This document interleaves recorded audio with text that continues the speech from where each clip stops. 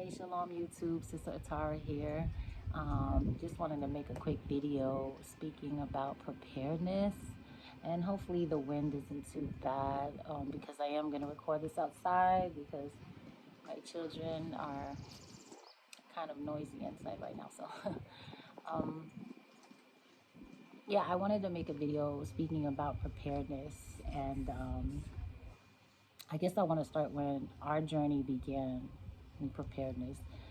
Back in 2018, when my husband and I, came into the biblical truth and knowledge and understanding of the Bible, we quickly learned about our forefathers and our ancestry and our history as a people, how we lived.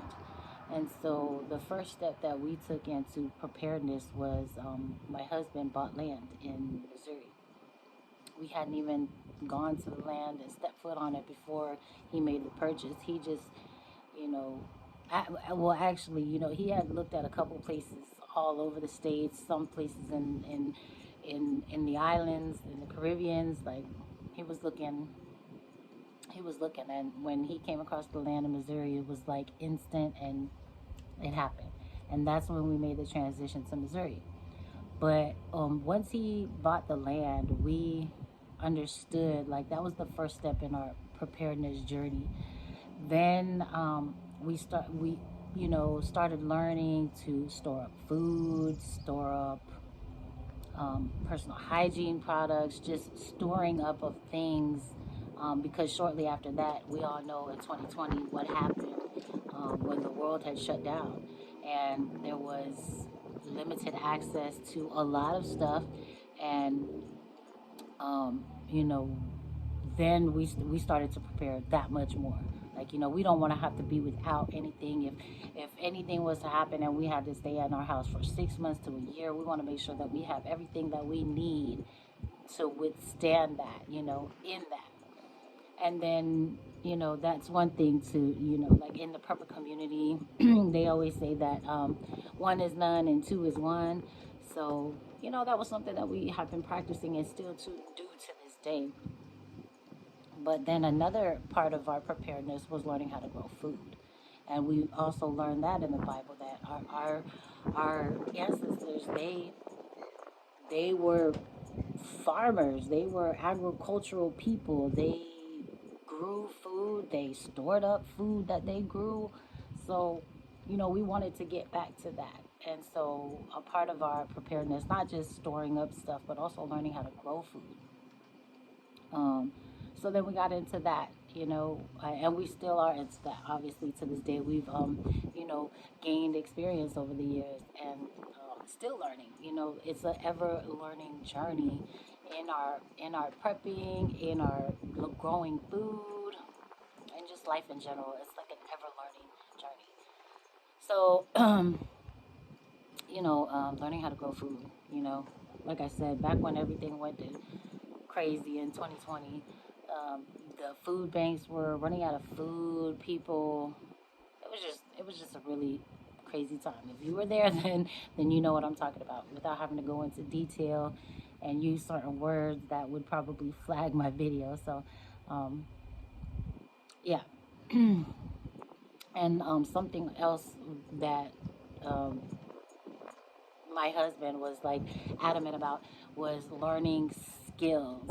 Was learning skills in preparation too. Learning how to sew clothing, make soap. So these are skills that I also have learned as well. Excuse me. Um, in our prepping journey. So preparedness, storing up stuff, but also learning skills, growing food, sewing clothes, making soaps, however, whatever skills that might fit the household that you are a part of. But by all means, as long as there's still a way to gain finances to get things, of course, in preparing, you know, use your finances wisely. You know what I mean? Because with the way that the world is going today, there's just no telling. It's really like, you never know what we're going to be dealing with on a day-to-day basis as it stands right now. So, our family, we're still always preparing, always, finding ways that, how can we ensure that we're going to be okay. If anything was to happen, that we can be in this place for an extended amount of time, that we're going to be straight. We have everything that we need. So, you know, that's that's all like superficial stuff, surface level stuff. That stuff's kind of easy if you know, have your feet firm on the ground, strong foundation. That's kind of surface level stuff. But then there's also other things like the spiritual preparation. A lot of people say that they believe in Christ, that they believe in the Bible, that they read their Bible, and they know, the saying is, God knows my heart. But they say this with their mouth, and in their actions, they do not follow through with that. And, we have to also always, every day, keep in the forefront of our minds that every day that we are living is the opportunity to get closer to the Most High God, to the Most High Yah. We're preparing our souls to be saved. And so in doing that, in this carnal flesh that we're living in, we have to live we have to live and breathe and act as the example, as the way we want to be viewed, to the Most High. Like when we present ourselves, when the time comes to Him and He opens our book of life, are we going to have good deeds? Are we going to have things where we were being obedient, where we are serving Him, striving to be righteous to Him? Or are we just, oh yeah, I praise you all the time with words, but in my actions, I deliberately did the opposite. So however that may look like, sin is sin. The Bible talks about, what is sin. And so like, our family has been a part of this prepping lifestyle, like I said, back since 2018. So, we've come a long way in our journey, and we're still learning, still growing. And I just was thinking about it and wanted to kind of exhort, our followers to, what does your day-to-day prepping lifestyle look like? You can always start with little bit of things, just storing up a little bit of extra food. My husband made a video about tangible assets that you can hold. A lot of people are talking about this cryptocurrency and stuff like that. Like, what if the internet crashes, and then what happens to those, digital money that you have? Are you going to be able to access it, or are you going to have something tangible to barter with in the event that happens? Or is all your funds and assets tied into digital currency? So, and this goes like even just on a day-to-day prepare. Like every day I prepare what I'm gonna do, the night before. I'm like, okay, you know what, I'm gonna do this with the children. Tomorrow I'm gonna do this, and even people out there, how you prepare for your work. You make sure you have your work uniforms ready or whatever. If your children go to school, you want to make sure that they have their clean clothes and all that stuff, or uniforms, however way that works now. You always prepare in that way. So even in the same sense, we are preparing for a longer extended amount of time, for the future. Buying land as an inheritance for your son's future. And this is not something that's new under the sun. There's families out there who have been doing this for generations, and sadly, we the minority, there's like less than 1% of the minority families that have generated and done this. where the other half, the majority, is like, consumerism and, caught up in, the lies and propaganda and stuff like that. But, that's a whole nother conversation. But just getting back to that, we are preparing for our children's and their children's future, so it's just something that we do on a daily basis. Like we prepare for dinner, so with that thought in mind, how can you prepare for a better month, a better year? I know in the Western world that we live in, they do a new year, new me type thing every January 1st. There's a new year, new me type thing, but how do you implement that in your daily life on a regular basis? Or is it just for that moment, that spur of the moment? Oh, it's New Year's.